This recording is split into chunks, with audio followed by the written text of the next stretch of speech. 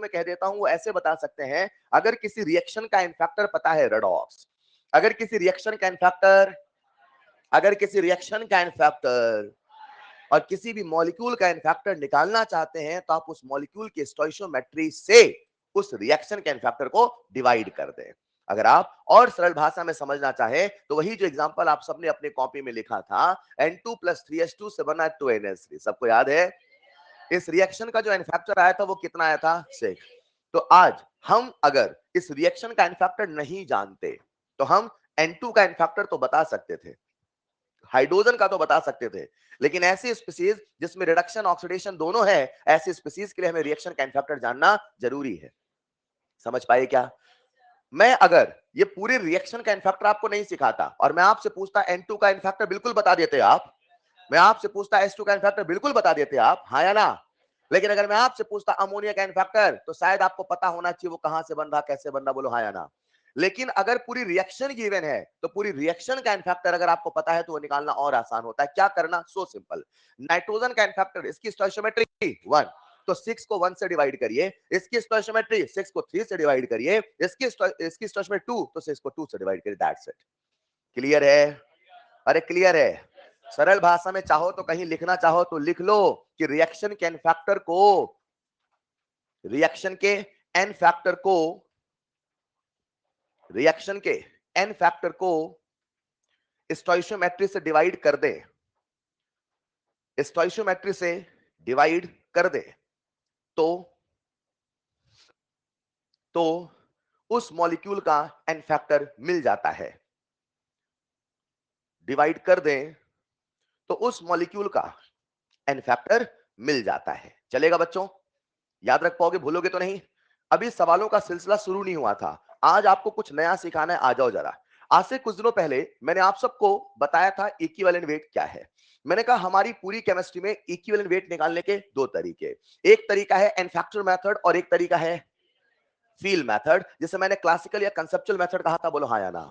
हमने N factor method पे non redox के केस भी पढ़ लिए, हमने एन फैक्टर में रेडॉक्स के केस भी पढ़ लिए। रेडॉक्स में 4 केस बनते हैं, केस 1, केस 2, केस 3, केस 4। हर स्पीशीज का एन फैक्टर, अरे पूरे रिएक्शन का एन फैक्टर भी निकालना हमने सीख लिया। आज प्यारे बच्चों, आज मैं आपको सिखाने वाला हूं इक्विवेलेंट वेट का वो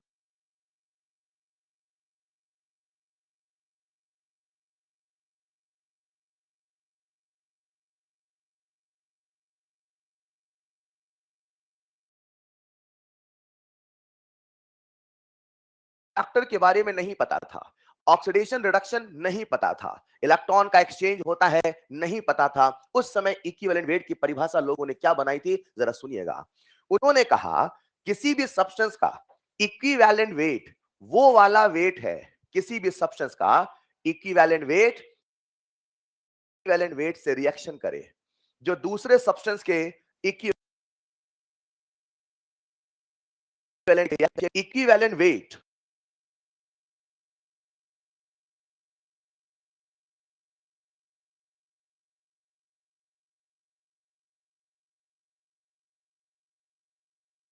होती है तो कभी कभी डिस्प्लेसमेंट होता है। सरल भाषा के लिए यहां पे मैं केवल रिएक्शन वर्ड बोलूंगा, मतलब किसी भी सब्सटेंस का वो वाला वेट है, वो वाला वेट है जो किसी दूसरे सब्सटेंस के इक्विवेलेंट वेट से रिएक्शन करे। इसीलिए इसका नाम पड़ गया इक्विवेलेंट, समतुल्य। इक्विवेलेंट, समतुल्य। आओ समझते हैं। मान लो इस पंखे का इक्विवेलेंट वेट है 10 ग्राम, मान लो, अरे मान लो, और आज मुझे इस मार्कर का इक्विवेलेंट वेट निकालना है। इस मार्कर का इक्विवेलेंट वेट 10 है। तो मैं मार्कर और पंखे की रिएक्शन कराता हूं। ये बड़ा अजीब सा एग्जांपल लग रहा है ना? ये इतना अजीब सा समझ जाओगे तो ये भी समझ जाओगे। मैंने पंखे और मार्कर की रिएक्शन कराई, हेलो। मार्कर का इक्विवेलेंट वेट हमें पता करना है और पंखे का इक्विवेलेंट वेट हमें पहले से पता है। कितना है? 10। मैंने मार्कर और पंखे की रिएक्शन कराई तो पता चला मार्कर का 20 ग्राम पंखे के 10 ग्राम से रिएक्शन कर गया। मार्कर का पंखे के, इसका कितना वेट उसके 10 ग्राम से रिएक्शन किया? 20, यानी इसका इक्विवेलेंट वेट 20 ग्राम है। किसी भी सब्सटेंस का वो वाला वेट जो किसी दूसरे सब्सटेंस के इक्विवेलेंट वेट से रिएक्शन करता है, वही उसका इक्विवेलेंट वेट क्या है। मान लो दुनिया वालों, पंखे का इक्विवेलेंट वेट 10 है। कितना है? और मैंने जब एक्सपेरिमेंट किया, जब रिसर्च किया तो पता चला मार्कर का 40 ग्राम, मार्कर का, एक नया एक्सपेरिमेंट आपसे डिस्कस कर रहा हूं, मार्कर का पंखे के 20 ग्राम से रिएक्शन कर गया, मार्कर का पंखे के, पंखे का इक्विवेलेंट वेट कितना था? 10, भूल मत जाओ कितना था, 10, तो वही तो रहेगा ना। लेकिन आज जो रिएक्शन हुई मार्कर के 40 ग्राम की पंखे के 20 ग्राम के साथ, तो सोचो अगर पंखे का 10 ग्राम होता तो कितना ग्राम? 20। जब भी कभी भी इक्विवेलेंट वेट निकालना हो तो ये सोचिए कि उसका कितना वेट दूसरे सब्सटेंस के इक्विवेलेंट वेट से रिएक्शन कर रहा है, चलेगा। अब उन्हें क्या लगता था कि दुनिया में जितनी भी सब्सटेंसेस हैं उनकी जब रिएक्शन होती है तो या तो वो हाइड्रोजन से होगी, या तो वो ऑक्सीजन से होगी, या तो वो क्लोरीन से होगी। ऐसा आज से कई साल पहले लगा करता था। हेलो, मैं आपसे एक छोटा सा सवाल पूछता हूं, प्यारे बच्चों, अगर हाइड्रोजन गैस को हमने H+ से बनाया, अगर ऑक्सीजन गैस को हमने ऑक्साइड से बनाया, अगर Cl2 को हमने Cl- से बनाया, तो क्या क्लास में बैठा हर बच्चा मुझे इन तीनों का एन फैक्टर बता सकता है? मुझे बता दो हाइड्रोजन का यहां पे एन फैक्टर कितना है? रूल याद है सबको? जिसका पूछा उसको देखो उसका एक, कितने मोल? एक, कितने एटम? दो, एक एटम पे तो दो एटम पे, एक एटम पे, एक एटम पे तो दो एटम पे, एन फैक्टर कितना?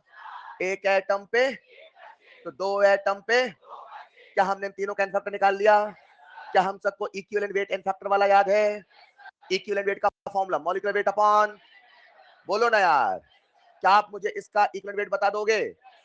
मॉलिक्यूलर वेट दो, molecular weight n factor 2/2, molecular weight 32, n factor equivalent weight, बहुत बढ़िया, मॉलिक्यूलर वेट 71, अरे Cl 35.5, दो 71, 71/2 35.5।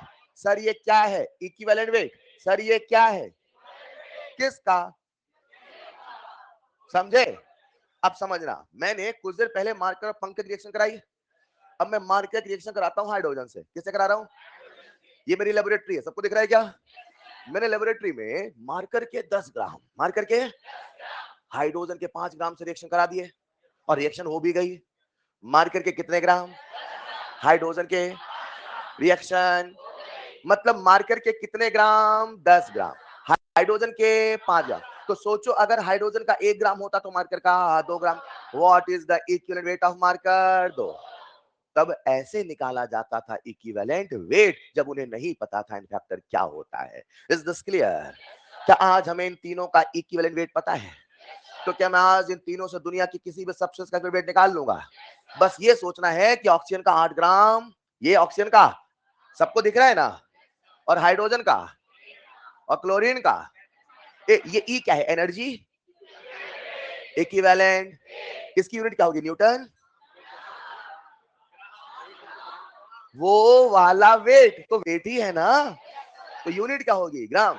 1 ग्राम 8 ग्राम 35.5 ग्राम। मैं कुछ बोलता हूं समझ में आया तो हाँ कहना, कह दूं क्या? किसी भी सब्सटेंस का इक्विवेलेंट वेट, किसी भी सब्सटेंस का वो वाला वेट होता है, वो वाला वेट होता जो हाइड्रोजन के 1 ग्राम, ऑक्सीजन के 8 ग्राम, क्लोरीन के 35.5 ग्राम से रिएक्शन करता है, वही उसका इक्विवेलेंट वेट कहलाता है। समझे कि नहीं समझे? लिखिएगा पॉइंट नंबर 2।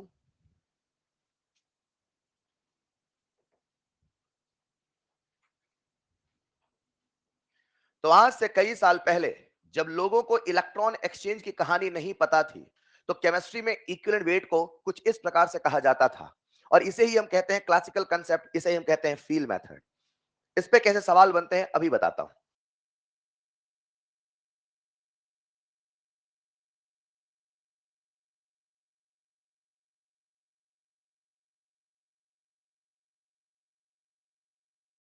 सही आया करता, या हो सकता था इसमें लिस्ट और लंबी होती। आप तो किसी का भी इक्विवेलेंट वेट निकाल सकते हो ना, मैं कुछ भी लिख दूं, बता दोगे नहीं बता दोगे? N factor molecular weight upon n factor, हाँ या ना? नीचे लिखिएगा स्टेटमेंट, जैसा बोर्ड पे जितना लिखा है लिखते चलिएगा। बच्चे वो कर्टेन हल्का सा खुला है, बंद कर देना, शायद रिफ्लेक्शन आ रहा बोर्ड में। ये वाला, ये वाला, ये वाला, हाँ थोड़ा और कर दो, अभी खुला है। उसमें ऊपर चले जाओ ना, बेंच पे ऊपर चले जाओ, आराम से बंद कर दो, नो प्रॉब्लम। हाँ परफेक्ट, इधर वाला भी खुला हुआ है कोने में। चलिए परफेक्ट है, अभी परफेक्ट है, अरे परफेक्ट है। अक्सर रिफ्लेक्शन देखकर चार आंखों वालों की होती है। लिख लिया होगा सबने। चलिए तो प्यारे बच्चे, वेट आ चुका है सबका, बोलो हाँ या ना। एक स्टेटमेंट लिखेगा जो किताबों में लिखा मिलता है, अब मैं इंग्लिश से बोल रहा हूं, बोल दूं? पहले आपको फील कराया, सबको फील आया? अरे आया कि नहीं आया? एन फैक्टर मेथड में इक्विवेलेंट वेट की परिभाषा क्या थी? वो वाला वेट जो एक मोल इलेक्ट्रॉन के जाने या आने से आता है। और आज परिभाषा है वो वाला वेट जो हाइड्रोजन के 1 ग्राम, ऑक्सीजन के 8 ग्राम, क्लोरीन के 35.5 ग्राम से रिएक्शन करता है। Is this clear? लिखिएगा, it is a weight, it is the weight, sorry, it is the weight which exactly exactly reacts, which exactly reacts or displaces, मैं कभी कभी डिस्प्लेस जरूर बोलता हूं, लेकिन याद रखिएगा अभी कोई डिस्प्लेसमेंट का काम नहीं है। which exactly react or displaces 1 gram of hydrogen, 1 gram of hydrogen. सच में किताबों में 1 ग्राम नहीं लिखा मिलता, 1.008 ग्राम लिखा मिलता है। I hope you understand why this, क्योंकि इसका एग्जैक्टली वेट 1 नहीं है ना, पर हम लोग सरल भाषा में क्या बोलते हैं? 1। React with 1 gram of hydrogen, 8 gram of oxygen, 8 gram of oxygen and 35.5 gram, 35.5 gram of chlorine. इसे ही कहा जाता है उसका इक्विवेलेंट वेट। एक बच्चा मेरी बातों को ध्यान से सुन रहा था, वो कहता है सर आपने कहा किसी भी सब्सटेंस का इक्विवेलेंट वेट वो वाला वेट है जो किसी दूसरे सब्सटेंस के इक्विवेलेंट वेट से रिएक्शन करे। मैंने कहा सर ऐसा क्यों? मैंने कहा ऐसा लिखा है। सर ऐसा क्यों लिखा? क्या उन्हें भविष्यवाणी हुई थी? क्या ये आकाश से आया था? कहां से आया था? ये पता कैसे चला? वो है कंसेप्ट।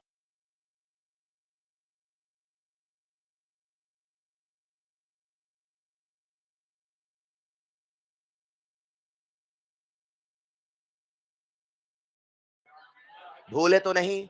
रिएक्शन को लिखना पड़ता है, बैलेंस करना कहां? मोल कंसेप्ट में।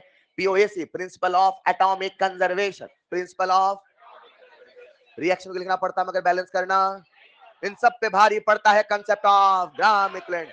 ना तो रिएक्शन को लिखना है ना तो बैलेंस करना है। हवा में सवाल जानना चाहोगे वो क्या है?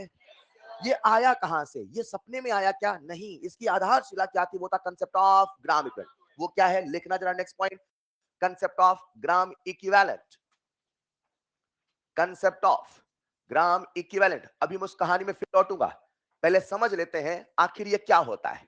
What is concept of gram equivalent? जो कंसेप्ट ऑफ ग्राम इक्विवेलेंट है वो एक लॉ पे बेस्ड है, और उस लॉ को कहते हैं लॉ ऑफ इक्विवेलेंस। वो कहता है समानता का नियम, इस दुनिया में सब समान है। हमने कहा कहना क्या चाहते हो? उसने कहा मान लो, क्या बोला उसने? एक रिएक्शन है A A plus B B gives C plus D D. अरे मान लो ये जो रिएक्शन है, पहली बात ये एक रिएक्शन है, लेट्स इमेजिन ये कोई भी रिएक्शन हो सकती है, और ये दोनों क्या है? रिएक्टेंट, और ये दोनों क्या है? प्रोडक्ट। जरा गौर फरमाइएगा, मैंने कहा अगर कंसेप्ट ऑफ ग्राम इक्विवेलेंट लगाना है, कंसेप्ट ऑफ ग्राम इक्विवेलेंट, तो रिएक्शन लिखने की आवश्यकता, बैलेंस करने की आवश्यकता। तो बच्चा मुझसे तुरंत कहता सर आप कहते हो ना लिखने की आवश्यकता ना बैलेंस करने का, पहले ही लिख रहे हो। अरे आपको इमेजिन कराने के लिए लिख रहा हूं, जब हम सवाल करेंगे तो रिएक्शन लिखने की आवश्यकता। This is clear? ये लॉ कहता है, ये लॉ ऑफ इक्विवेलेंस कहता है अगर दुनिया में कोई रिएक्शन होती है, अगर एसिड बेस की रिएक्शन होती है, अगर फलाना ढिमकाना की रिएक्शन होती है, अगर केमोनो 4 की ऑक्सलेट आयन से रिएक्शन होती है, अरे एन तेन किसी की रिएक्शन होती है, तो ये ना सोचो क्या हुआ। क्या कहता है लॉ?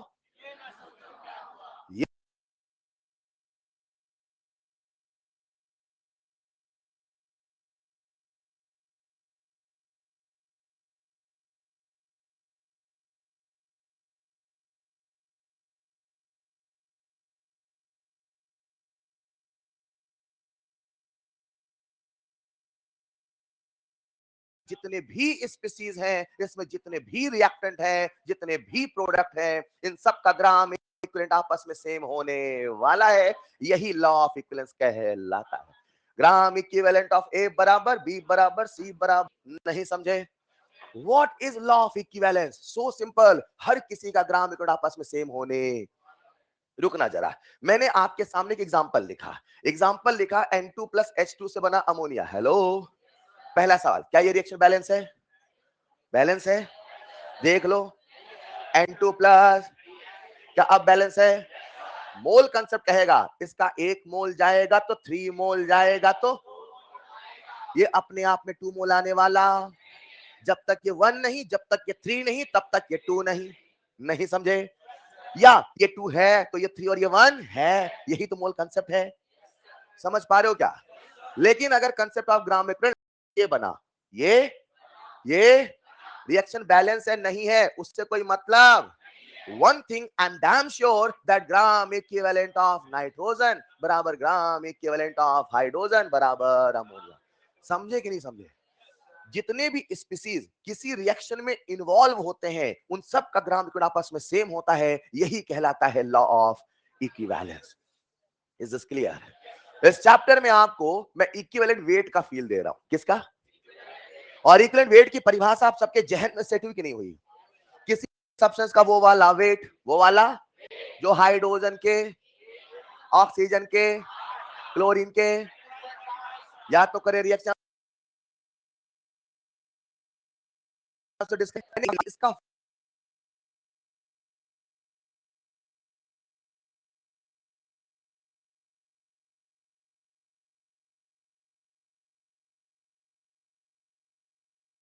तो क्या उसका ग्राम इक्विवेलेंट निकाल लोगे? लेकिन वेट पता होने से काम नहीं चलेगा, और क्या पता चाहिए? इक्विवेलेंट वेट का फॉर्मूला बोलो। नजरे हटी दुर्घटना घटी, याद रखना। इक्विवेलेंट वेट का फॉर्मूला बोलो। यही याद करना है बच्चे, मैं आपसे बात कर रहा हूं, प्लीज बोलते रहो तभी याद होगा। एक होता याद होना, एक होता मई तक याद होना। समझ पा रहे क्या? बार बार बोलोगे तो ही चीजें याद होंगी अच्छे से। फोर्स बराबर मास इंटू एक्सेलरेशन याद है ना यार? वैसे हमें हर फॉर्मूला चाहिए और तब सवाल बनेंगे। इक्विवेलेंट वेट का formula molecular weight upon n factor. चलेगा क्या? एन फैक्टर निकालने में हम सब माहिर हैं।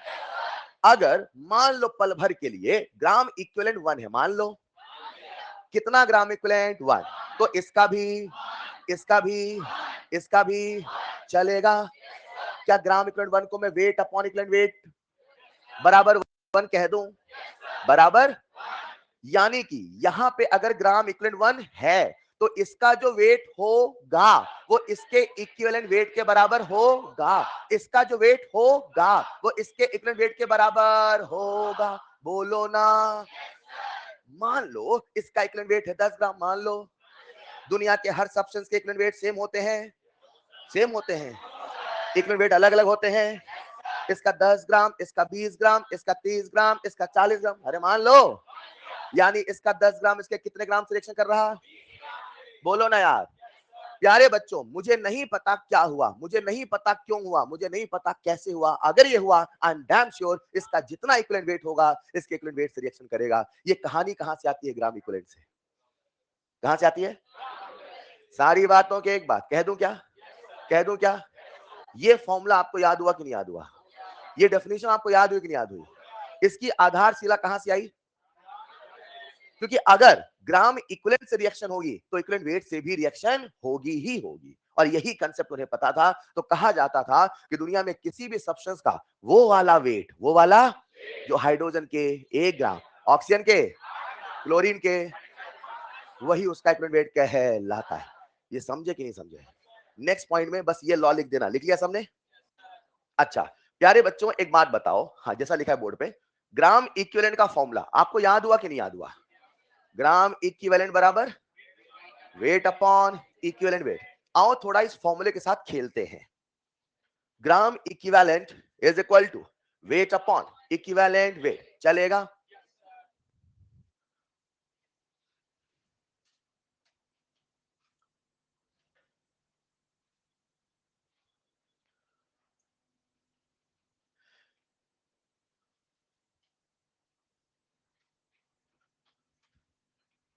ग्राम इक्विवेलेंट का पहला फॉर्मूला हम सबके सामने आ चुका है, वेट अपॉन इक्विवेलेंट वेट। अगर सवाल में रिएक्टेंट या प्रोडक्ट का वेट दिया होगा, वेट दिया होगा, वेट दिया होगा तो फिर वेट का फॉर्मूला लगाना। अगर वेट न दिया होगा तो क्या करेंगे, आओ देखते हैं। सब लोग आ जाओ, अभी कॉपी मत लिखना, आओ बोर्ड पे। प्यारे बच्चों, क्या आप मुझे ग्राम इक्विवेलेंट का फॉर्मूला बोल पाओगे? वेट अपॉन, शानदार। क्या आपको इक्विवेलेंट वेट का फॉर्मूला पता है? Molecular weight upon n factor.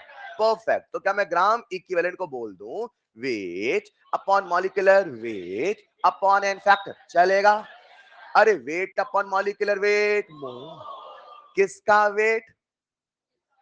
जिसका ग्राम इक्विवेलेंट निकाल रहे हो। किसका मॉलिक्यूलर वेट? जिसका वेट लिख रहे हो। किसका एन फैक्टर? जिसका मॉलिक्यूलर वेट लिख रहे हो। अरे हाँ या ना? तो प्यारे बच्चों, क्या कह दूं मैं, ग्राम इक्विवेलेंट बराबर मोल इंटू एन फैक्टर। ये क्या है? Gram equivalent. ये क्या है? आप सबको मोलैरिटी का फॉर्मूला याद है?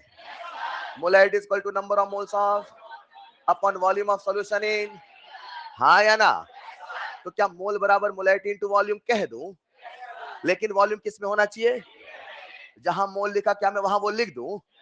ग्राम equivalent is equal to molarity into n factor into volume in litre, हाँ या ना? ये क्या है? ये क्या है? ये क्या है?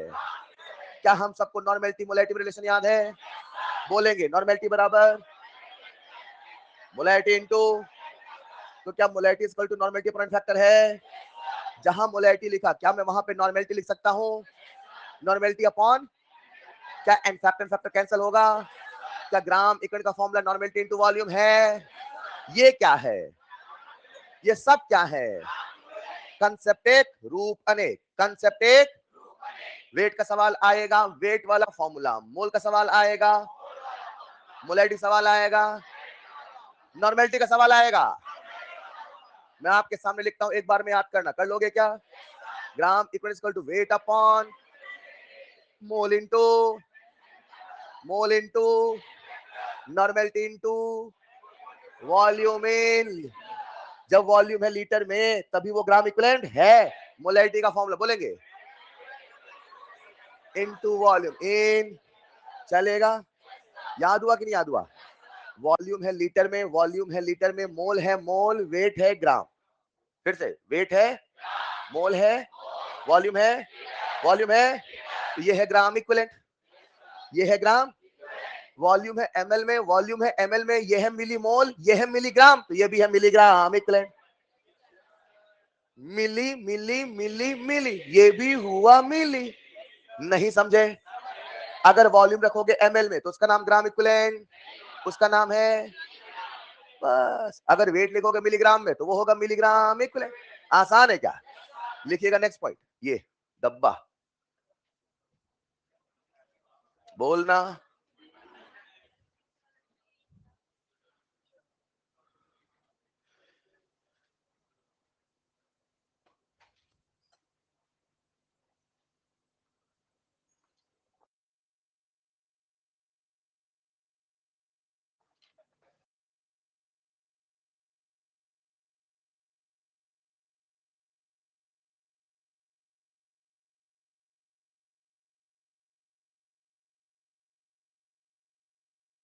मैंने आपको इक्विवेलेंट वेट का एन फैक्टर वाला मेथड बताया, नंबर वन।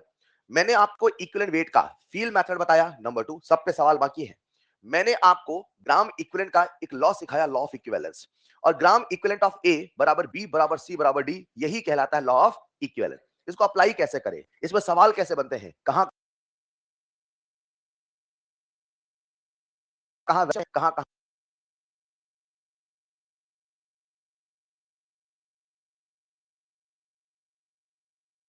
गैस है तो उसका वेट कहना ज्यादा उपयुक्त है कि उसका वॉल्यूम कहना ज्यादा उपयुक्त है? तो गैसेस के लिए rather we use equivalent weight, we generally use equivalent volume. क्या यूज करते हैं? सॉलिड के लिए इक्विवेलेंट और गैसेस के इक्विवेलेंट। क्या हर बच्चे को इक्विवेलेंट वेट का फील आता है?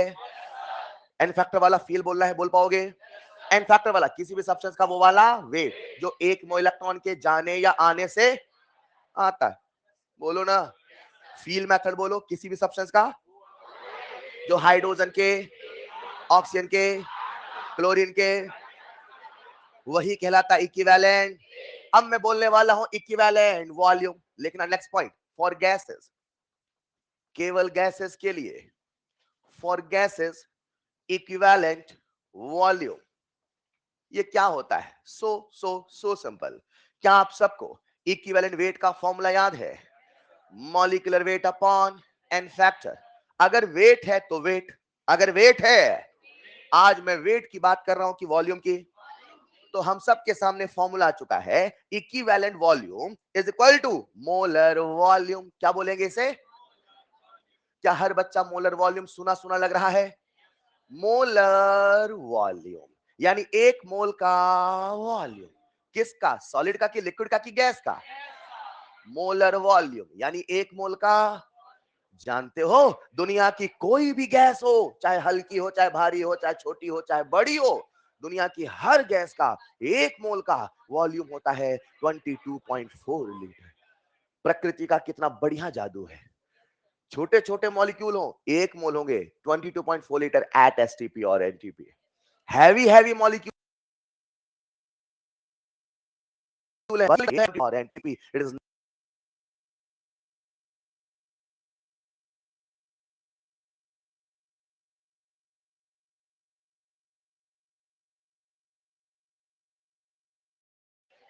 एक मोल का वॉल्यूम कितना होता है? 22.4 लीटर। कहां? कभी भी कि एसटीपी एनटीपी पे?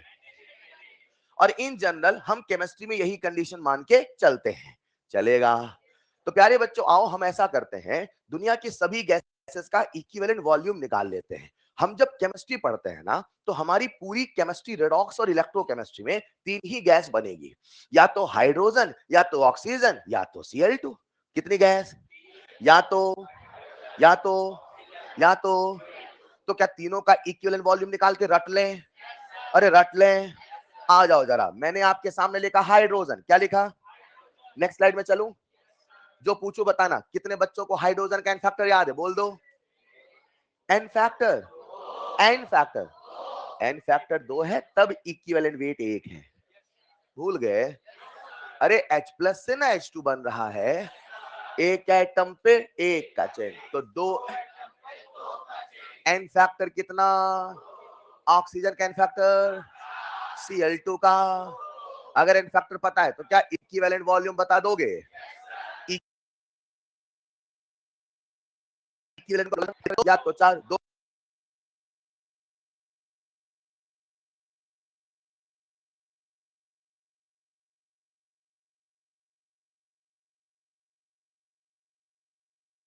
2.4 बाई 2 बोल रहा हूं मैं, आपके मन में जो है वो नहीं बोल रहा हूं। 22.2 बाई 2, 22.4, 22.4 बाई 4। कंफर्म? मतलब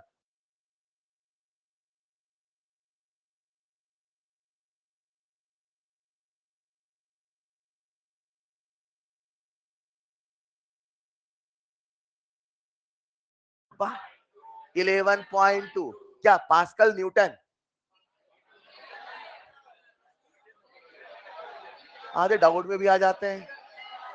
लीटर लीटर लीटर। रुको, अब जो कहने वाला हूं बहुत ध्यान सुनना, एक बार इसे लिखिएगा पहले जल्दी से।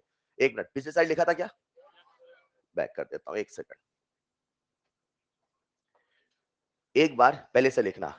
आज हमने तीन गैसेस का इक्विवेलेंट वॉल्यूम और तीन सब्सटेंसेस का इक्विवेलेंट वेट दिमाग में सेट कर लिया। पहले सेट कर लो, फिर मजा आएगा। हाइड्रोजन का इक्विवेलेंट वेट 1, वेट बोल रहा हूं, वेट। हाइड्रोजन का इक्विवेलेंट वेट 1 जूल, ठीक है? बोलेंगे ना फिर 1 ग्राम। हाइड्रोजन का इक्विवेलेंट वेट, ऑक्सीजन का, शानदार, क्लोरीन का, बहुत बढ़िया। हाइड्रोजन का इक्विवेलेंट वॉल्यूम, ऑक्सीजन का, क्लोरीन का। ये नंबर दिमाग में सेट नहीं होगा तो जो मैं सिखाने वाला हूं वो हवा में नहीं होगा, याद रखना। इसको पहले सेट कर लो। कितने सबसे बात कर रहा हूं सर? 3 की क्यों बातें करते हो? 3 का ही सवाल आता है बस। हाँ हाँ, 3 का सवाल आएगा, चलेगा? हाइड्रोजन का equivalent weight, weight weight weight. Oxygen का, आधे बोल ही नहीं रहे। क्लोरीन का, अब वॉल्यूम में आ रहा हूं, हाइड्रोजन का इक्विवेलेंट वॉल्यूम डन, और ऑक्सीजन का और क्लोरीन का भूलोगे तो नहीं। चलो पहला सवाल, मार्कर की बात कर रहा हूं, ठीक, इससे दिखता है इसलिए बात कर रहा हूं इसकी, और कुछ नहीं। मार्कर और हाइड्रोजन की रिएक्शन कराई। अभी अपन खेल रहे हैं ना, बाद में सभी सवाल चलेगा, अभी ओपन ओरली करने की कोशिश कर रहे हैं, ठीक। मार्कर और हाइड्रोजन की रिएक्शन कराई, तो मुझे हाइड्रोजन का इक्विवेलेंट वेट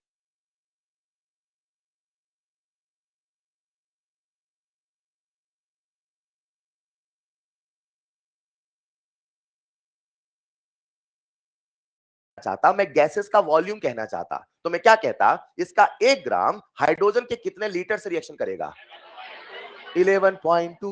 अरे जब वॉल्यूम बोले तो ये लेके चलना, वेट बोले तो 1 8 35 लेके चलना। नहीं समझे, अब समझोगे, फिर सुनना। मैंने मार्कर की रिएक्शन ऑक्सीजन से कराई, किससे कराई, ये दिमाग पे जोर पड़ रहा क्या, नहीं तो जोर तो पड़ेगा ना, आपको तो डॉक्टर बनना है, बिना जोर के डॉक्टर बनोगे क्या, हाँ थोड़ा तो जोर पड़ना चाहिए ना। अरे यार, अब कोई इतना भी नहीं कैलकुलेशन करना चाहता तो फिर मुश्किल है भाई, साथ में चलो ना, कितना मजा आ रहा है। इमेजिन करो, मान लो मार्कर की रिएक्शन मैंने ऑक्सीजन से कराई, किससे कराई, और पता चला कि मार्कर का 20 ग्राम, मार्कर का ऑक्सीजन के 16 ग्राम से रिएक्शन कर गया। मार्कर का, इमेजिन नहीं करोगे तो नहीं, अच्छा आंसर मत बोले, साथ चलिएगा बच्चे, है ना, ताकि हर बच्चा इमेजिन करे। अब आप बोलोगे 20 ग्राम लाइट धीरे क्यों चल, 20 ग्राम सर, कहां से करोगे बताओ, यही तो करते हो आप।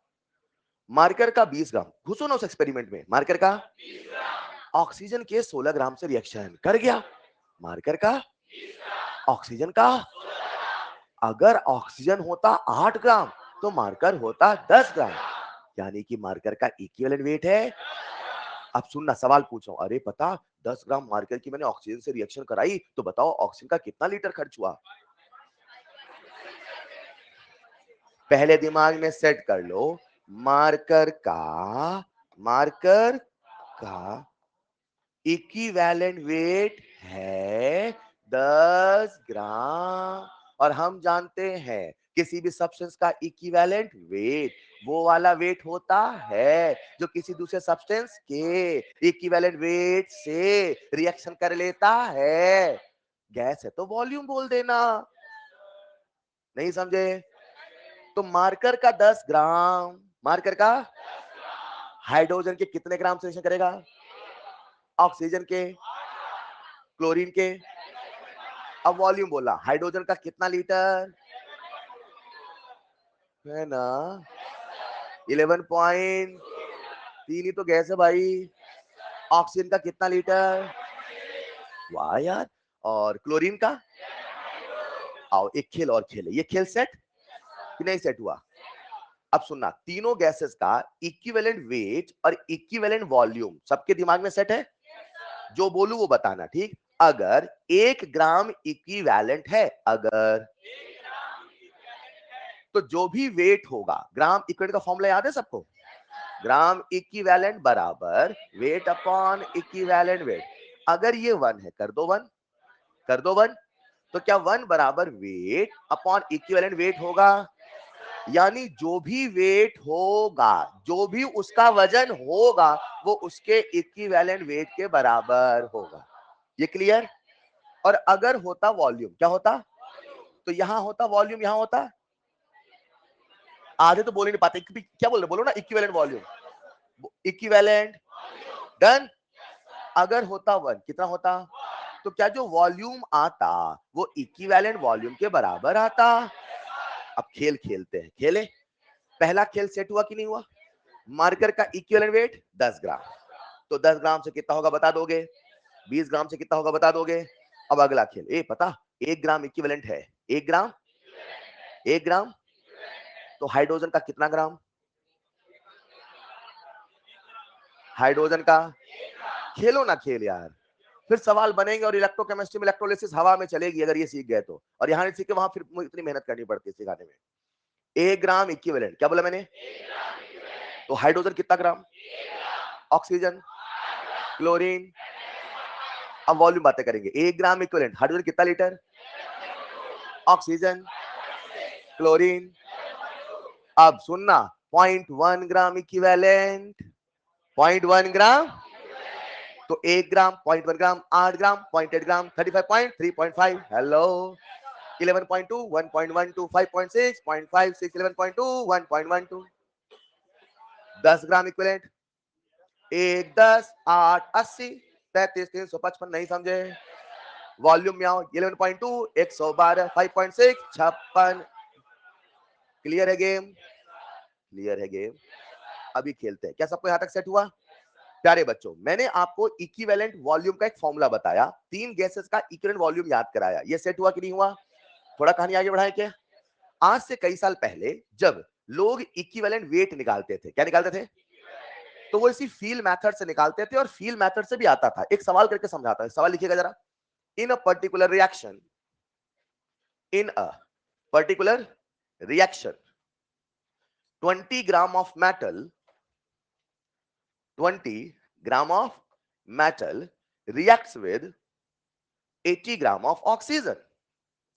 In a particular reaction, 20 gram of metal reacts with 80 gram with 80 gram of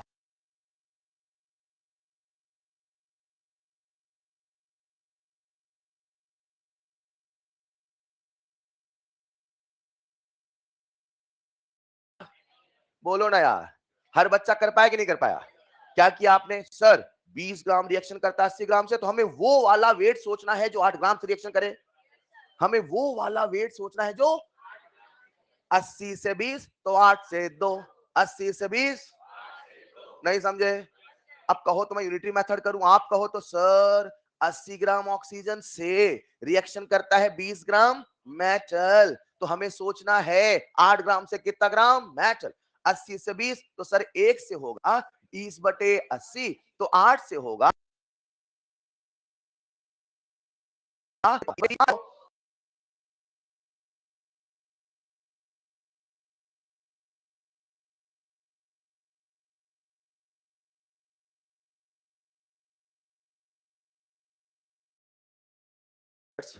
to calculate. बच्चे मैं बार बार यहां से रिफ्रेश कर रहा हूं और कुछ नहीं कर सकते यहां से, please.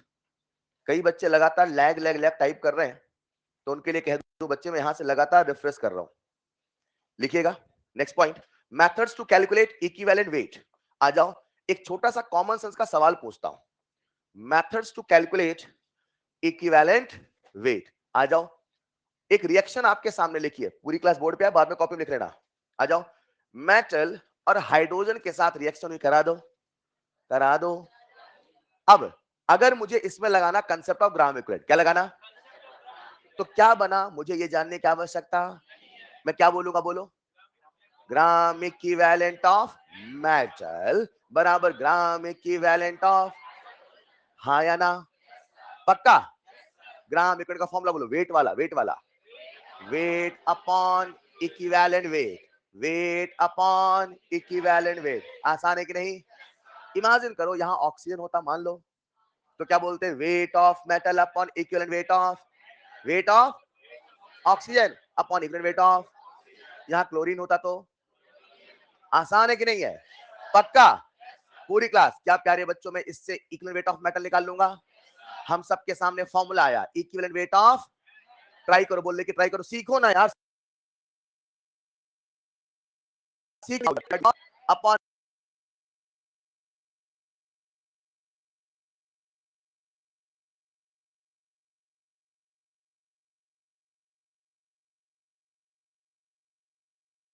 What is the equivalent weight of hydrogen, 1 into 1 कह दो, चलेगा।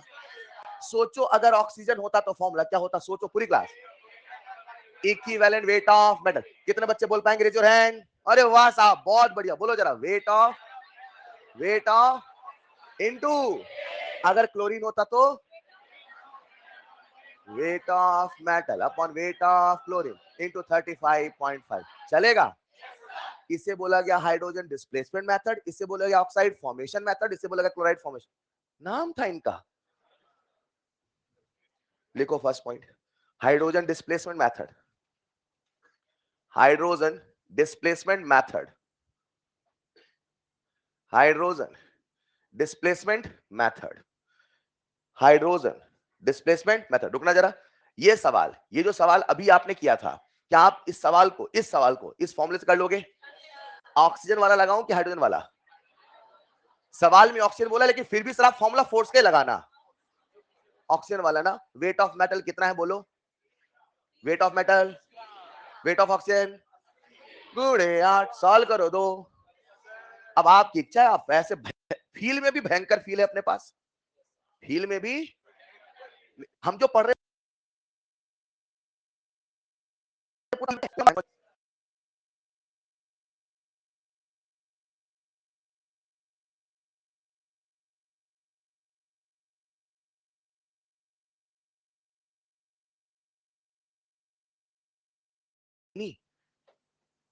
Oxide formation method.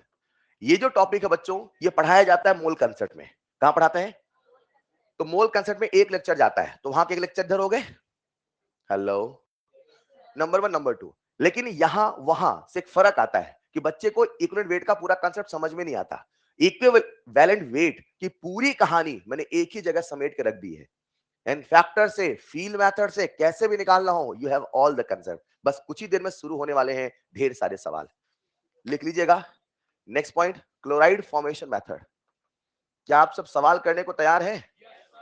सवाल करने में मजा आता है कि नहीं आता? सवाल देखते तो आप झूम जाते नहीं, और कहते हैं अरे वाह सवाल, हाँ या ना?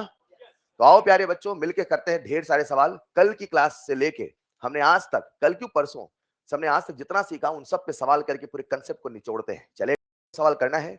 अगर आपको लगता है कि आपके सवाल गलत हो जाएंगे कॉपी में, तो रफ पेज रखिए, बन जाए तो ठीक है, वरना सीखते चलिए। पहला सीखिए, बना तो अच्छी बात, नहीं तो अगला करने की कोशिश करिए। अगला सीखिए, तीसरा कोशिश करिए, तीसरा सीखिए, चौथा कोशिश करिए, सीखते चलिए। और आंसर आए तो आंसर बोलना नहीं है, चलेगा? आइए शुरू करते हैं सिलसिला सवालों का। पहला सवाल आप सबका इंतजार कर रहा है। आओ एक बार देख ले हमने अभी तक क्या पढ़ा, सबको याद है कि नहीं याद है? देख ले। इक्विवेलेंट वेट की पूरी कहानी यहीं पे खत्म कर रहे हैं। नेक्स्ट स्लाइड में आ चुका हूं, आ जाऊं? चलो प्यारे बच्चों, हमने अभी तक जो पढ़ा पूरी समेशन आप सबके सामने है। इक्विवेलेंट वेट निकालने कितने मेथड? सबसे पहला एन फैक्टर मेथड, बोलो बच्चों। दूसरा फील मेथड, क्लासिकल मेथड, जो बोलना बोल दो चलेगा। एन फैक्टर के भी कितने हिस्से थे? एक था नॉन रेडॉक्स और एक था शानदार। बच्चे बच्चे को याद है? बच्चे बच्चे को याद है? नॉन रेडॉक्स में एसिड का इनफैक्टर, बेस का इनफैक्टर, सॉल्ट का। सबको क्लियर है? H2SO4 का इनफैक्टर, HCl क्लियर है? रेडॉक्स में कितने केस बने थे? केस नंबर 1, जिसका पूछा उसको देखो, उसका एक, या तो होगा केवल ऑक्सीडेशन या तो होगा केवल रिडक्शन। केस नंबर 2, एक से ज्यादा स्पीशीज का ऑक्सीडेशन, एक से ज्यादा स्पीशीज का रिडक्शन। फॉर्मूला इनफैक्टर का N1 प्लस N2। शानदार। केस नंबर 3, फॉर्मूला बोलो, N1 into N2 upon N1 plus N2। Perfect. Case number 4 याद है? क्या यही रेडॉक्स का केस था? चाहे निकालो ऑक्सीडेशन से, चाहे निकालो रिडक्शन से, वही एन फैक्टर ऑफ रिएक्शन क्या है लाएगा। एग्री और नॉट? आओ इधर, फील मेथड सबको याद है? कितने फॉर्मूले आए? 3। Hydrogen displacement method, oxide formation method, chloride formation method. फॉर्मूले याद है? Equivalent weight of any substance बराबर weight of that substance upon weight of hydrogen into 1, oxygen into 8, chlorine into 35.5। चलेगा? और बेसिक फील मेथड तो है ही, वो वाला वेट जो हाइड्रोजन का 1 ग्राम, ऑक्सीजन का, याद रहेगा? लिखो जरा पहला सवाल, शुरू करते हैं सिलसिला सवालों का। बोलो। 1.2 ग्राम, 1.2 ग्राम of a metal reacts with 4.8 gram of oxygen, reacts with 4.8 gram of oxygen. Then calculate equivalent weight of metal. Answer नहीं बोलना please. Then calculate equivalent weight of metal. मुझे पूरा उम्मीद है हर बच्चे से बनेगा, और अगर अभी भी कोई बच्चा नहीं सीख पा रहा है तो सच में आप जिस एग्जाम की तैयारी कर रहे हैं आपको और मेहनत की आवश्यकता है। मेहनत करिए, खुद को जगाइए, सिखाइए, जिस लिए कोट आए हैं वो करके जाइए। सिलेक्शन लेके घर जाना है इस साल प्लीज, दोबारा रिपीट नहीं चाहिए। Just keep reminding yourself all the time, दोबारा ड्रॉप नहीं लूंगा मैं चाहे जो हो जाए। आओ देखते हैं प्यारे बच्चों, हर बच्चा समझ गया? अब आइडेंटिफाई करो, रेडॉक्स मेथड, नॉन रेडॉक्स। मतलब ऑक्सीडेशन नंबर चेंज हो रहा नहीं हो रहा? नहीं हो रहा। फील मेथड ना, दो मेथड रेडॉक्स ऐसा मतलब फील मेथड को भी नॉन रेडॉक्स तो बोलेंगे, हाँ या ना? फील मेथड भी तो नॉन रेडॉक्स हुआ ना। फील मेथड मतलब नॉन रेडॉक्स की रेडॉक्स, नॉन रेडॉक्स। अब नॉन रेडॉक्स में ऑक्सीजन है क्या? चाहे करो फॉर्मूले से चाहे करो फील से। आओ प्यारे बच्चों में फॉर्मूले से करता हूं, कर दूं?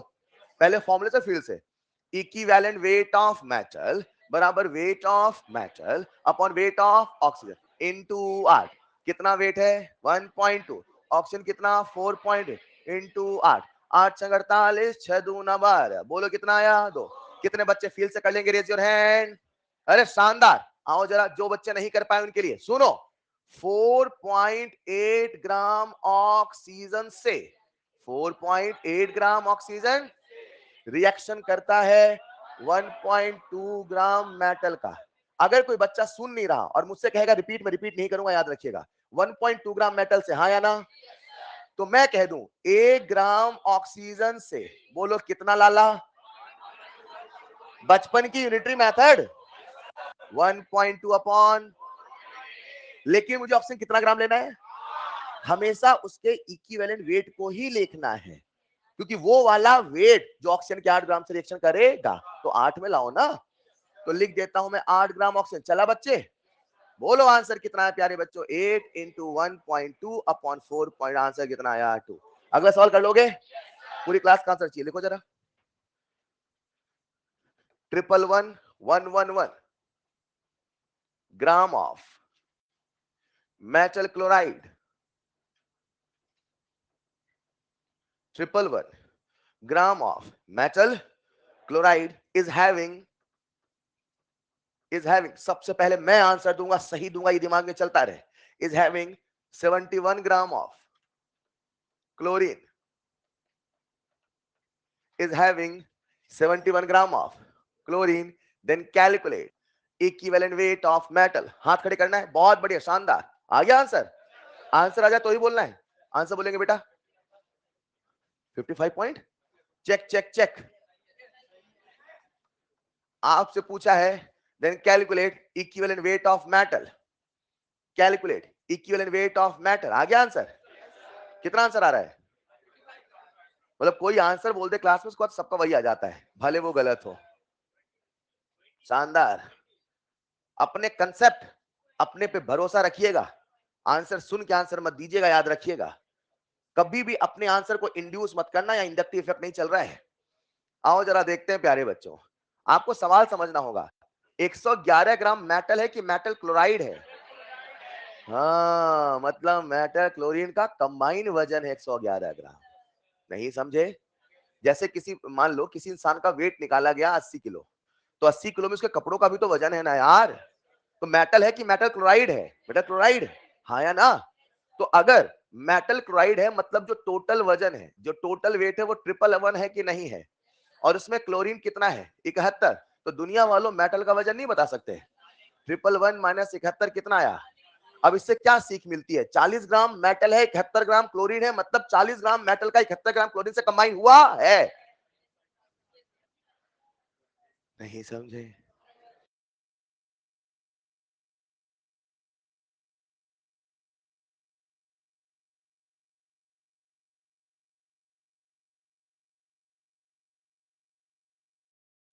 हाँ, नहीं सोच पाए। कुछ कहेंगे नहीं सर तो फॉर्मूला ही लगाएंगे सर। इसमें फॉर्मूला मतलब ये वो बच्चे हैं जिनसे कह दिया मास है 1 किलो, एक्सेलरेशन है 1, तब भी कहेंगे फॉर्मूले से निकालेंगे 1। हवा में करो ना थोड़ा सा यार, फील नहीं कर पाएगा। 71 ग्राम से 40 ग्राम, 71 ग्राम से। अब क्लोरीन एक ऑक्सीजन कौन है? तो कितना ग्राम सोचू मैं? वो वेट भी होगा वही तो।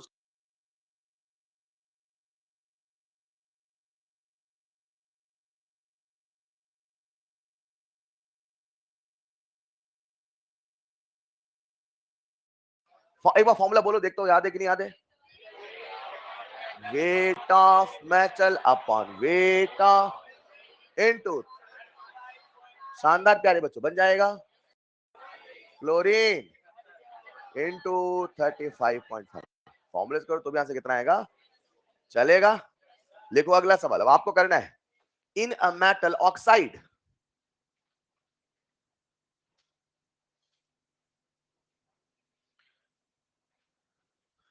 ए क्या बोला, मेटल की मेटल ऑक्साइड, मतलब मेटल का वजन है कि मेटल प्लस ऑक्सीजन का वजन है। In a metal oxide, in a metal 20% metal, in a metal oxide 20% metal is present by weight, 20% metal is present by weight। ये समझे कि नहीं समझे, कुल वजन का कितना परसेंट, 20%। कौन है, मेटल, धातु है ना। 20% metal is present by weight, then calculate equivalent weight of metal। क्या बात है, शुरू हो गए हवा में। Then calculate equivalent weight of metal, बन जाएगा। कोई ऐसा जो फंस रहा है अभी भी, बहुत बढ़िया, शानदार। हम पढ़ने आए हैं, पढ़ के रहेंगे, सिलेक्शन लेने आए हैं, लेके रहेंगे, हाँ या ना। आओ सॉल्व करें। फॉर्मूला लगाऊं क्या सर, फॉर्मूला ऐसे सवालों में आप भी सर, ये ऐसा करते हैं ना, टोटल वजन कितना ग्राम मान ले, परसेंट का सवाल आएगा 100 माना जाएगा, भूले तो नहीं। तो दुनिया वालों, मैंने टोटल वेट मान लिया 100, उसमें मेटल होगा 20, तो ऑक्सीजन होगा 80। 20 ग्राम 80 ग्राम 8 ग्राम 2 ग्राम, नहीं समझे, पक्का। तो प्यारे बच्चों फॉर्मूला लगा दूं मैं, formula equivalent weight of metal बराबर वेट ऑफ मेटल, फॉर्मूला बस याद करा रहा हूं मैं आपको, क्योंकि सवाल आते हैं चारों में, पहचान कौन, फिर मैं भी भूल जाता, अच्छा ये भी कुछ था क्या। हाँ ये होता है, आपके एग्जाम में ऑप्शन नहीं आते क्या फॉर्मूले के, पहचानो सही फॉर्मूला, बताओ उनको पता है, उनको फॉर्मूला भी नहीं याद हो रहा है। हाँ, wait of metal upon weight of into 20/80 गुणे 8, आंसर आया 2। अगला सवाल दे दूं क्या, करोगे। अच्छा, अगला सवाल सिखाने के पहले एक छोटा सा कंसेप्ट सिखा रहा हूं, लिख लिया, चलो। एक छोटा सा कंसेप्ट पूरी क्लास से पूछना, चलो नीचे लिख देता हूं मैं, एक कंसेप्ट है। प्यारे बच्चों, आप लोग, मुझे पता है मोल कंसेप्ट तो नहीं पढ़े हो, लेकिन मुझे पता आप 12वीं पास हो, और 12वीं पास हो तो मोल का नाम तो सुना है, बस नाम सुना होना चाहिए, बस, है ना। देखो, मैंने आपके सामने लिखा CO2, क्या, एक मॉलिक्यूल में, क्या बोला मैंने, अब ऐसे नहीं, ऐसे एक मॉल, इधर लिखो ना, एक, फील जरूरी है वरना अंदर तक नहीं जाएगा। एक मॉली, कितने कार्बन है, अरे वाह, कितने ऑक्सीजन है, टैलेंटेड है आप। मैंने आपके सामने लिखा SO2, एक मॉलिक्यूल में कितने सल्फर, कितने ऑक्सीजन। मैंने लिखा अमोनिया, एक मॉलिक्यूल में कितने नाइट्रोजन, कितने हाइड्रोजन। मैंने आपके सामने लिखा H2O2, कितने सल्फर, कितने ऑक्सीजन। आ जाओ जरा, एक मॉलिक्यूल में एक कार्बन के, एक कार्बन के क्या, जूल, एनर्जी, न्यूटन, क्या। अच्छा, एक मॉलिक्यूल में एक मोल, ये वही वाली बात है, एक दर्जन केले में एक मोल केला, कुछ तो भी भाई साहब, एक मॉलिक्यूल है तो मोल कहां से बोल दिया आपने। अच्छा, कुछ कैसे मॉलिक्यूल में हमने क्यों लटा दिया, मोल बन गया सर। अरे मैंने क्या बोला, एक, एक, कौन बड़ा है पहले ये बताओ, क्यों, इसमें तो ज्यादा अक्षर लिखे, क्यूल, ये बड़ा हुआ ना, है कितना, जमीन आसमान का उससे ही बड़ा, समझे। आओ, एक मॉलिक्यूल में कितने कार्बन के एटम, एक, अब मोल में चल रहा हूं, ठीक। एक मोल CO2 में एक, कितने कार्बन, एक न्यूटन, है ना। हाँ एक, आधे समझ ही नहीं पा रहे,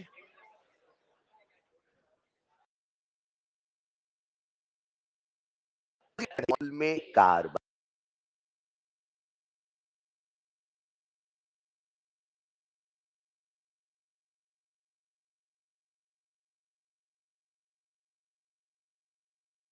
ऐसे कैसे हो गया यार, यही तो बस मोल है, ये नहीं समझ में आता आपको। देखो, आप ये क्यों नहीं समझते हो, जो मोल है ना, ये मोल नहीं दर्जन है, क्या है ये, सोचो ऐसे, समझ पाए?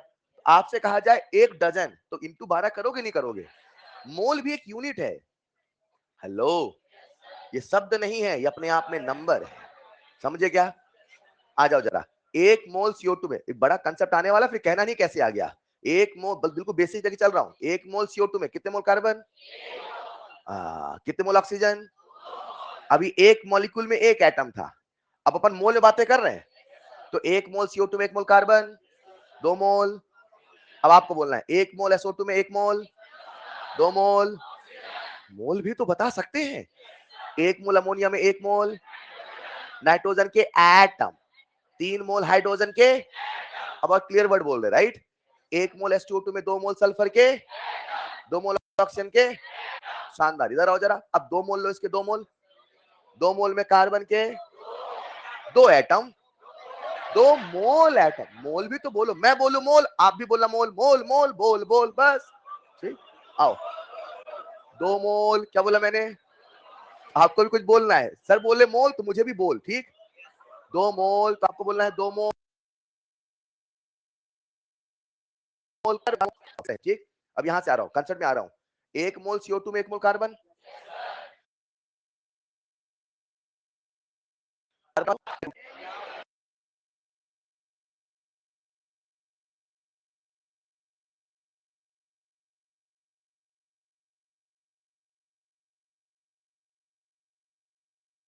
18 ग्राम। अरे बाप रे, एक एक मॉलिक्यूल 18 ग्राम के। पानी है कि पत्थर? एक एक मॉलिक्यूल 18 ग्राम के। एक एक जिसे आप देख नहीं सकते हो, एक मॉलिक्यूल 18 ग्राम का। कुछ तो फील करो। अच्छा, वो 18 AMU है। क्या है वो? 18 है। लेकिन अगर 1 मोल पानी है, अब सुनना, 1 मोल CO2 में 1 मोल कार्बन, ऑक्सीजन का एटॉमिक मास, सल्फर का, सब लोग बोल लो, आधे बोल नहीं पाओगे फिर। 32, nitrogen, hydrogen, sulphur, oxygen. Done. कुछ बोलता हूं, समझ में आया तो हाँ कहना। 1 मोल CO2 में 12 ग्राम कार्बन है, 32 ग्राम ऑक्सीजन है। ग्राम कैसे बोल दिया इन्होंने? 1 मोल CO2 में 1 मोल कार्बन है, 1 मोल कार्बन है तो 12 ग्राम कार्बन है। 1 मोल कार्बन 12 हुआ ना? 1 मोल CO2 में 2 मोल ऑक्सीजन है, 2 मोल ऑक्सीजन है तो 32 ग्राम ऑक्सीजन है। डन। इसको बोलता हूं मैं, 1 मोल में 32 ग्राम सल्फर, 32 ग्राम ऑक्सीजन। 1 मोल में 14 ग्राम नाइट्रोजन, 3 ग्राम हाइड्रोजन। 1 मोल में 12 ग्राम सल्फर। डन। पूरी क्लास आ जाओ। इसको देखो, SO2 देखो, देखो ध्यान से इसको। 1 मोल में 32 ग्राम सल्फर है, 32 ग्राम। ओ, 32 ग्राम सल्फर 32 ग्राम ऑक्सीजन से रिएक्शन कर गया। 32 ग्राम सल्फर 32 ग्राम ऑक्सीजन से रिएक्शन, मतलब 1 ग्राम से 1 ग्राम, 2 ग्राम से 2 ग्राम, 32 ग्राम से 32 ग्राम, 8 ग्राम से। SO2 में सल्फर का इक्विवेलेंट वेट है 8। SO2 में सल्फर का इक्विवेलेंट वेट है 8। क्या बताया सर ने? आप क्या बोल रहे थे? SO2 में सल्फर इक्विवेलेंट वेट तो 8 ग्राम बोल रहे हो ना? तो फील भी तो करो, क्या बता रहे हो आप? इक्विवेलेंट वेट किसका? सल्फर का कि SO2 का? मॉलिक्यूल का बता रहे हो कि मॉलिक्यूल के अंदर एटम का?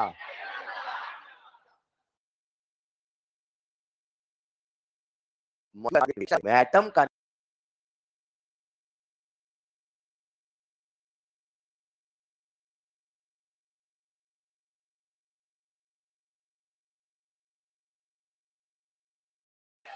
लॉजिक वही है, ऑक्सीजन है तो 8 ग्राम, नाइट्रोजन है तो सॉरी हाइड्रोजन है तो 1 ग्राम, क्लोरीन है तो 35 पॉइंट।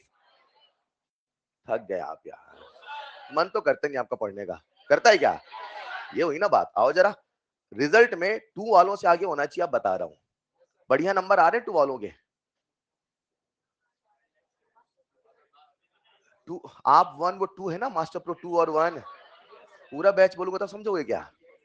अगर उनसे नंबर कम आए तो भाई साहब काम नहीं चलेगा। फिर समझ पा रहे हैं क्या? नहीं समझे? उनके नंबर देखे ना, बहुत बढ़िया नंबर आ रहे हैं, बहुत बढ़िया। अच्छा, कुछ कह रहे हैं उनसे भी आप यही कह रहे हो, तो गलत क्या है इसमें? आपको पीछे रहने की आदत है क्या? नहीं, हम नंबर नहीं लाएंगे सर, हमें नंबर लाने का शौक ही नहीं है सर। हमने जीवन में संतोष करना सीख लिया है। नहीं, नंबर के साथ संतोष नहीं चलेगा। आओ जरा, नहीं समझ पाए पूरी क्लास तो पढ़ना लिखना चाहिए और अपने आप से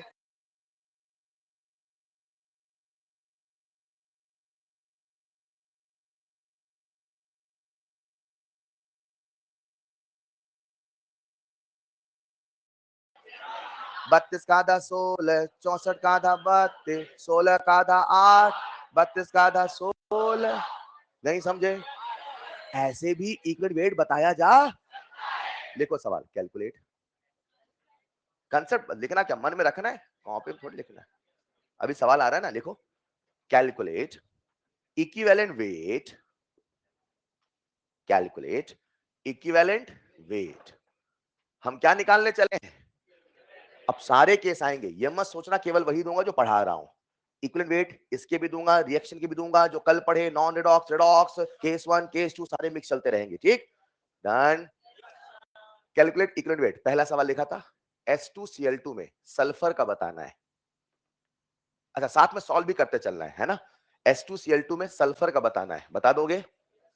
अमोनिया में नाइट्रोजन का बताना है, SO2 में सल्फर का बताना है, CO2 में, ये ऑक्सीजन का नहीं पूछ रहा हूं मैं।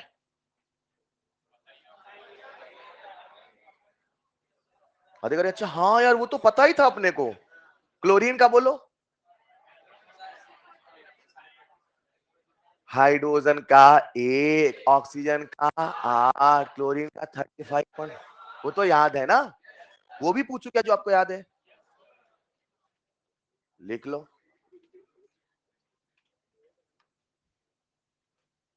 चलो S2Cl2 में कर लोगे सब लोग? ये सारे सवाल चल रहे हैं ना, नंबरिंग करते चलना, जो भी नंबर चल रहा है देख लेना। मतलब आप इसे ऐसा करो, number 1, number 2, number 3 and so. या पहले कुछ सवाल कराए तो सारे, मैंने शायद नंबर 1 डाल दिया, पहले कुछ सवाल तो थे ही ना पहले।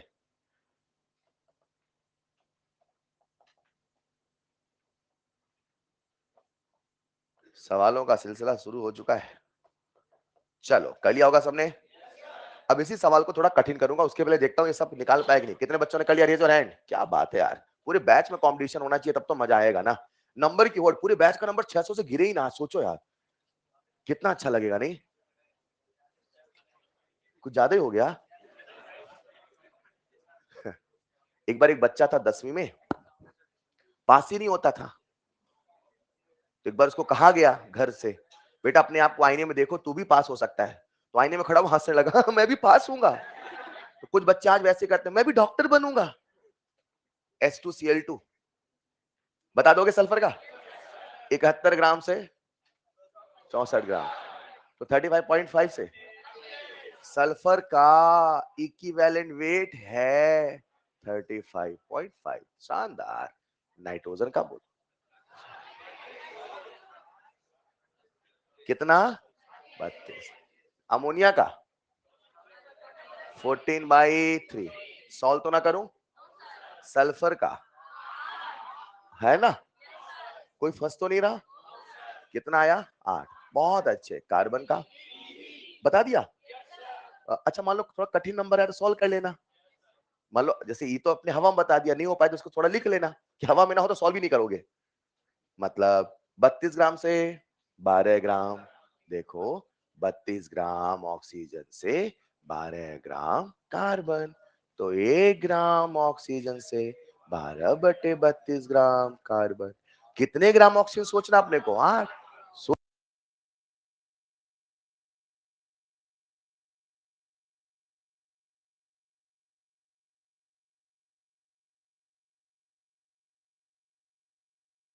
नहीं है, एक सवाल लिखो नीचे, एक सवाल है। If equivalent weight, if equivalent weight of sulfur in SO2 is X। अब यहां पे उसने उसी कंसेप्ट थोड़ा वेरिएबल बनाना चाहा, वही लॉजिक है, बस अब वेरिएबल के फॉर्म में है। Equivalent weight of sulphur in SO2 is X, then calculate equivalent weight, then calculate equivalent weight of sulfur in SO3 in terms of in terms of X. मतलब आपको जो आंसर देना है वो किसके टर्म्स में देना है? एक्स के। मैं सवाल रिपीट कर देता हूं, बोर्ड मत देखना, सर मैंने ऐसा लिखा नहीं, आपको समझ में आ जाए। Equivalent weight of sulphur in SO2 is x. मतलब जो आपको वैल्यू पता है उसी वैल्यू को उसने एक्स बोल दिया है ना? एक्स बोल दिया है। और अब कह रहा है then calculate equivalent weight of sulphur in SO3 in terms of X. मतलब आंसर आपको एक्स के फॉर्म में देना है।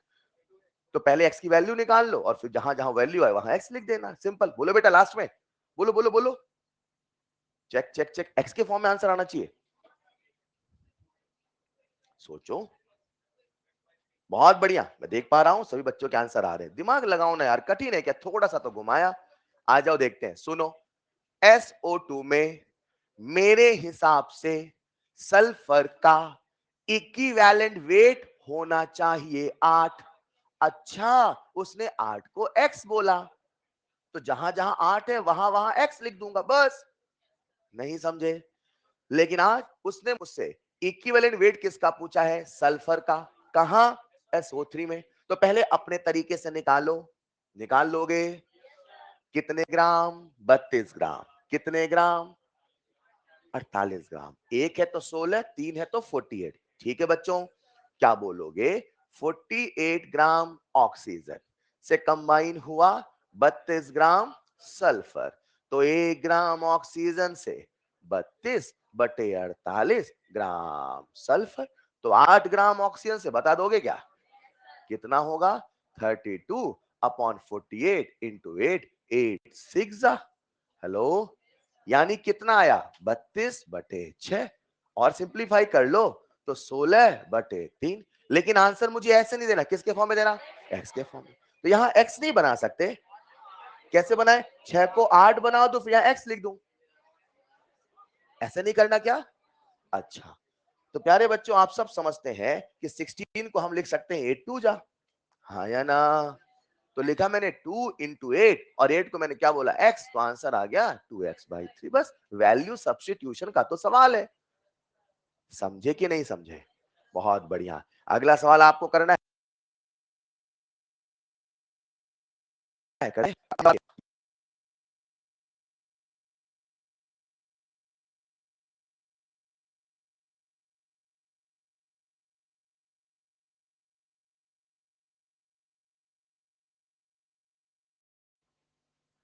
if equivalent weight of a divalent metal, divalent मतलब जिसकी वैलेंसी 2 है, of a divalent metal is 24, equivalent weight of a divalent metal is 24। ये समझ पाए?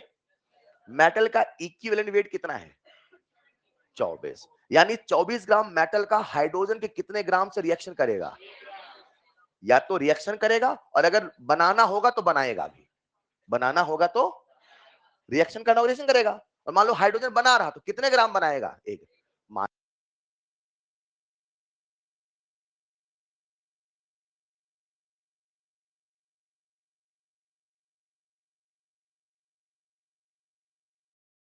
लिखिएगा इस 24। देन कैलकुलेट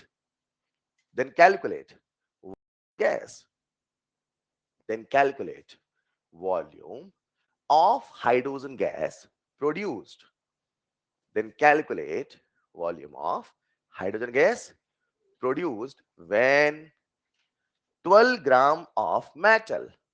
अच्छा, जितना इसका इक्विवेलेंट वेट था उससे आधा रिएक्शन कर रहा है। when 12 gram of metal, answer ही बोलेंगे please. when 12 gram of metal reacts with acid, जब 12 ग्राम ऑफ मेटल एसिड के साथ रिएक्शन करता है तो बताओ कितना लीटर हाइड्रोजन का आएगा? कितने बच्चों से बन जाएगा? बिना पेन चलाए आंसर आएगा? अरे हाँ या ना? यही है इक्विवेलेंट वेट का जादू। हवा में सवाल बन जाएगा। लिख लिया होगा सबने? कितनों का आंसर आ चुका है? Raise your hand. अरे डेफिनेशन में जाओ ना यार, अपने आप से रिपीट करते रहो चीजों को। किसी भी सब्सटेंस का equal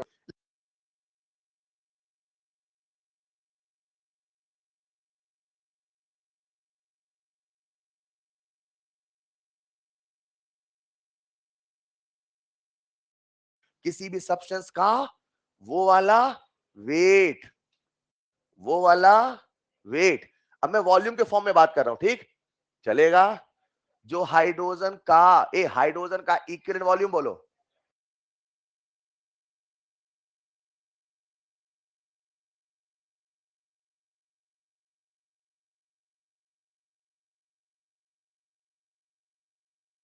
seven point two litre produce करे, नहीं समझे?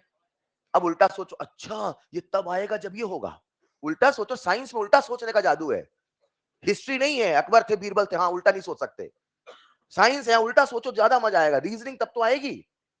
किसी भी सब्सटेंस का वो वाला जो हाइड्रोजन की तरफ उल्टा सोच, जब जब इतना आएगा, जब जब इतना, पक्का वही वाला वेट होगा जो इक्विवेलेंट वेट के बराबर होगा। रिवर्स थिंकिंग चाहिए, नहीं समझे? अब सुनो, इसका इक्विवेलेंट वेट कितना है?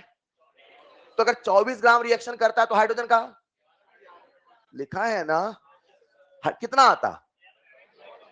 क्या आता? किसका? कब आता? कितना कर रहा है तो कितना आएगा? नहीं समझे? ग्राम इक्विवेलेंट से करना है तो वो भी कर सकते हैं, कुछ देर में कराऊंगा। अभी फिलहाल फील से बना कि नहीं बना? तो मैं सीधे कह दूं, यही तो इक्विवेलेंट वेट का जादू है। तो मैं सीधे कह देता हूं, volume of hydrogen produce is equal to 5.6 litre. अच्छा मान लो मैंने क्लोरीन का पूछा होता तो? मान लो मेटल की रिएक्शन से क्लोरीन आ रही है, सेम नहीं आता। अच्छा कुछ तो कह रहे हैं यार ये चल क्या रहा है, ऐसा तो कभी पढ़ा ही नहीं मैंने यार, ये तो कभी सीखा ही नहीं, कैसे कर रहे हैं? ये क्यों सोच रहे हो, ये क्यों सोच रहे हो? अच्छा ऐसे भी कर सकते हैं, ये क्यों नहीं सोच रहे हो? एक मिनट, क्या सबका ध्यान बोर्ड पे है? इस परिभाषा को जब तक सेट नहीं करोगे तब तक मजा नहीं आएगा। किसी भी सब्सटेंस का वो वाला, फील करो एक बार, लो अपने आपके पास देखो मार्कर पेन है, देखो उसकी रिएक्शन करो ऑक्सीजन से, तो क्या बोलोगे? इसका वो वाला जो ऑक्सीजन के, अब वॉल्यूम में बोलो, वॉल्यूम में वो वाला वेट, बस समझे? एक सवाल पूरी क्लास से पूछता हूं, पूछ लूं? प्यारे बच्चों एक बात बताओ, इसका इक्विवेलेंट वेट कितना है? 24। 24 का था, 12 का था, तो पूछू बताना, ठीक? 24 ग्राम रिएक्शन में गया, 24 gram. What is the volume of hydrogen? 11 point. What is the volume of oxygen? What is the volume of chlorine? Lock कर लिया। अगला सवाल, 12 ग्राम गया, what is the volume of hydrogen? Oxygen 2.8, chlorine, पक्का? और सवाल पूछूं? पूछ लूं? अच्छा 48 ग्राम गया हाइड्रोजन, आप करोगे दुगना तो हम भी करेंगे दुगना। आदत डालो, इलेक्ट्रोलिसिस आते आते हवा हो जाएगा, निश्चिंत रहो, अभी थोड़ा थोड़ा आदत डालो, ठीक? 24 ग्राम सॉरी 48 ग्राम गया, इन्होंने किया दुगना, हम भी करेंगे दुगना, यही खेलना है बस, डन। अब ये सवाल समझ गए? आगे बढ़े, एक सवाल और लिखना, कैलकुलेट एन फैक्टर, जो भी नंबर डालते रहना है ना, सवाल का नंबर नहीं पता मुझे, कैलकुलेट एन फैक्टर। आपके सामने लिखा था FeSO4 और यहां लिखा था कंप्लीट ऑक्सीडेशन, क्या लिखा था?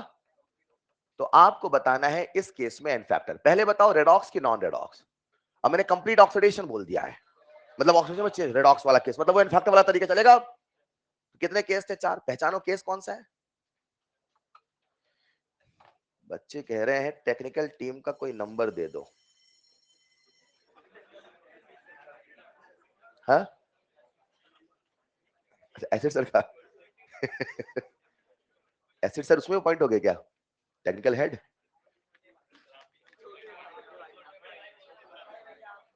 हाँ? अच्छा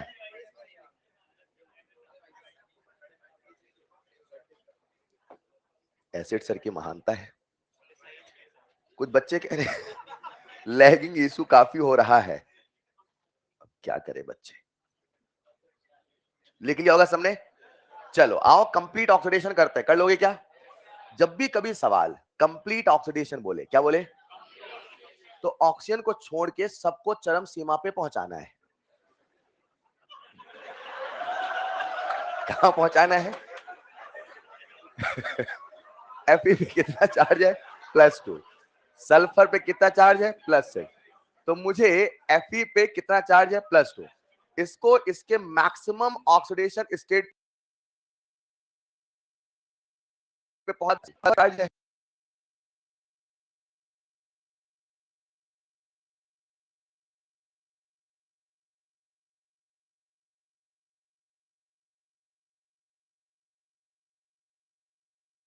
ज्यादा का, एक का, समझे?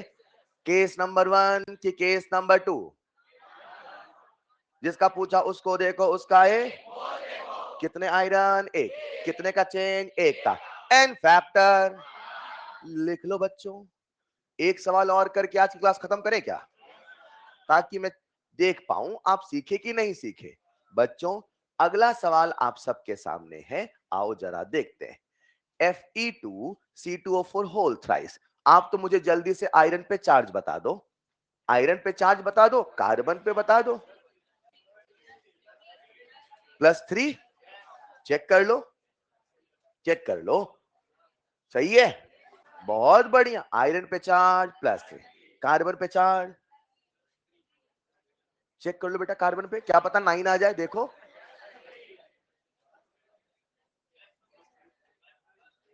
डन, लॉक कर दे। कितना रहा बेटा? 15 आ रहा है क्या? हाँ, कितना चार्ज आया? +3, चलेगा। अब सवाल कहता है यहां पे हुआ कंप्लीट ऑक्सीडेशन। क्या हुआ?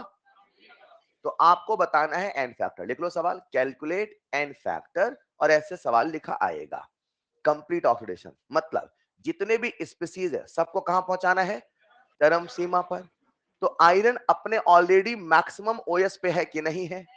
तो इसको और कहीं लेके जाना, इससे कहना तू यहीं रह भाई, हाँ या ना। लेकिन कार्बन कहां है, जो कि इसकी मैक्सिमम लिमिट कहां पहुंचा दे?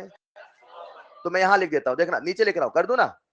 कार्बन कहां है? +3 पर। मैंने मन ही मन इसको कहां पहुंचा दिया? +4 पर। सारा काम मन में चल रहा, समझ पा रहे ना? कहां पहुंचा दिया? +4 में। रुकना ध्यान से। ऑक्सीजन कहां है? -2 पे। कहां है? कहां पहुंचा दूं ऑक्सीजन की चरम सीमा? तो ऑक्सीजन कहां पहुंचा दूं? ऑक्सीजन अपने आप चरम सीमा पे नहीं जाता, बिना फ्लोरीन के उस पर प्लस नहीं आता। हेलो, बिना फ्लोरीन के उस पर प्लस, यानी जब भी सवाल बोला जाएगा सबको पहुंचाना चरम सीमा पे, ऑक्सीजन को मत पहुंचाना, वरना सवाल आपको कहीं और पहुंचा देगा। चलेगा? अभी बताओ कार्बन कहां पहुंचा? +4 पे। अब केवल एक का ऑक्सीडेशन कि एक से ज्यादा का? एक का। Case number 1।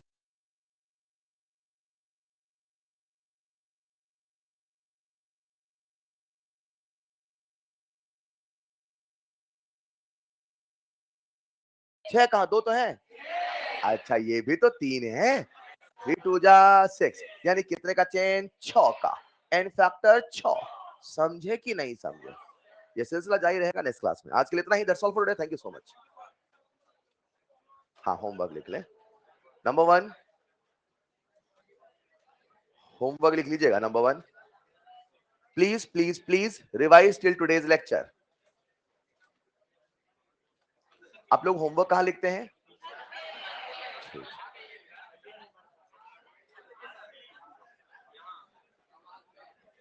Revise till today's lecture. Number 1, ELP 1 2 3 4 भी कर लो चाहो तो, देख लेना। एक्सरसाइज 1 अप टू 26, और वो टाइप्स ऑफ रेडॉक्स रिएक्शन कोई टॉपिक है, लिख लो। ए, रेडॉक्स की एनसीईआरटी मत पढ़ना अभी, केवल एक पढ़ना, टाइप्स ऑफ रेडॉक्स। अभी रेडॉक्स का पूरा एनसीईआरटी नहीं पढ़ना है, वो इलेक्ट्रो के बाद पढ़ेंगे। केवल टाइप्स ऑफ रेडॉक्स रिएक्शन, केवल टाइप्स ऑफ रेडॉक्स रिएक्शन, ठीक। और revise solution exercise 3, revise solution exercise 3, solution का। बाकी कुछ नया होगा तो मैं टेलीग्राम में अपडेट कर दूंगा। होमवर्क इतना तो करना है। सॉल्यूशन का हेल्प अगर चाहे तो एज अ रिवीजन कर सकते हैं। That's all for today. Thank you so much. पढ़ते रहिए, प्लीज पढ़िए बच्चों, प्लीज।